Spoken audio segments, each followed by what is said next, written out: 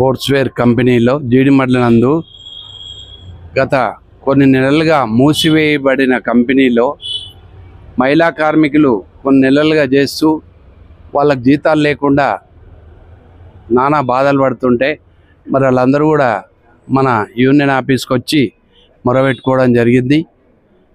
కానీ ఇది ఒక చరిత్రాత్మకమైన సందేశం.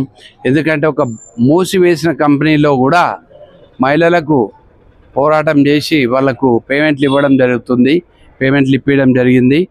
మేనేజ్మెంట్ ఇవ్వలేని పరిస్థితిలో ఉన్నప్పటికీ కూడా మరి వాళ్ళందరూ కూడా కష్టపడి పనిచేసారు. మహిళలు వాళ్ళందరికీ పేమెంట్లు ఇవ్వవలసిందే అని చెప్పి ఒక మూసివేసిన కంపెనీలో అందరికీ వాళ్ళకు చెక్కులు ఇప్పించి మరి అదేవిధంగా 2 విడతలుగా పేమెంట్లు ఇచ్చే విధంగా మేనేజ్మెంట్ని ఒప్పించి వాళ్ళందరికీ కూడా ఈరోజు 60% పేమెంట్ ఇవ్వడం జరుగుతుంది.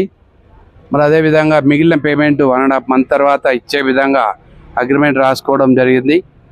కాబట్టి మరి కార్మికులందరూ కూడా మరి శ్రమ దోపిడీకి గురవుతున్న ఈ సమయంలో మరి వాళ్ళందరికీ కూడా మేము అండగా నిలబడి వాళ్ళకి న్యాయం చేయడం జరిగిందని సందర్భంగా విజ్ఞప్తి చేస్తూ మరి ఈ కార్యక్రమంలో పాల్గొన్న రాంబాబు గారు, సుభాష్ గారు, మరి సహదేవ్ గారు, వీళ్ళందరి కార్మిక నాయకులకు అందరికీ కూడా ధన్యవాదాలు తెలియజేస్తున్నాం.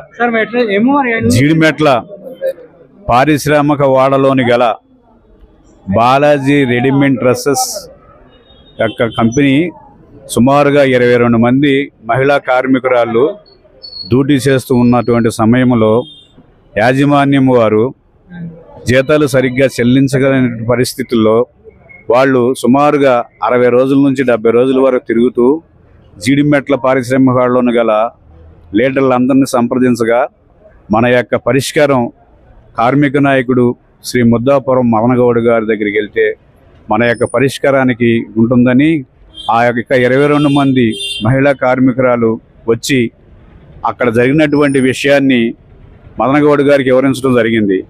మన జీడిమెట్ల పారిశ్రామిక వాడలో గల సుభాష్ నగర్లో బాలాజీ స్పోర్ట్స్ డ్రెస్సింగ్ మహిళలకు మన మేనేజ్మెంట్ వారు జీతాలు ఇవ్వకపోవడం వల్ల మన కార్మిక నాయకులు మన మదనన్న గారికి ఆశించారు. అన్న మాకు జీతాలు వస్తలేదు, 2-3 నెలల నుండి మాకు జీతాలు ఇవ్వడం లేదు, మాకు మేము న్యాయం చేయాలని అన్నగారు కోరుకోవడం జరిగింది. మళ్ళీ మదనన్న వెంబడే కంపెనీ దగ్గరికి వెళ్ళడం జరిగింది. అక్కడ కంపెనీ పరిస్థితులు కూడా ఏ రకంగా ఉంది ఏం లేదు పరిశీలించడం జరిగింది. అక్కడ వెళ్ళే వరకు కంపెనీ యాక్చువల్గా కంపెనీ బంద్ ఉంది. కొన్ని ఉన్న కంపెనీలనే ఇవ్వని పరిస్థితుల్లో బంద్ ఉన్న కంపెనీ ఏ రకంగా అయితే మనము వీళ్ళకి జీతాలు ఇప్పగలుగుతామని అన్న చర్చించి మళ్ళీ ఎండి గారి నంబర్ తీసుకొని ఫోన్ చేసి వాళ్ళకు మీ దగ్గర పనిచేసారు కాబట్టి ఖచ్చితంగా వాళ్ళకి జీతాలు ఇవ్వాల్సింది అన్న ఆదేశం ఇవ్వడం జరిగింది మేనేజ్మెంట్కు.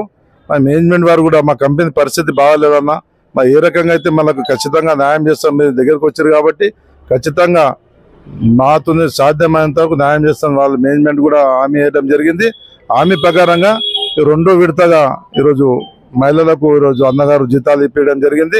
ఇలాంటి సంఘటన ఎక్కడ జీడిమెట్ల పారిశ్రామిక వాడలు ఉన్న అన్నగారు దృష్టి వస్తే ఖచ్చితంగా కార్మికులు న్యాయం చేస్తారని కోరుచున్నాం.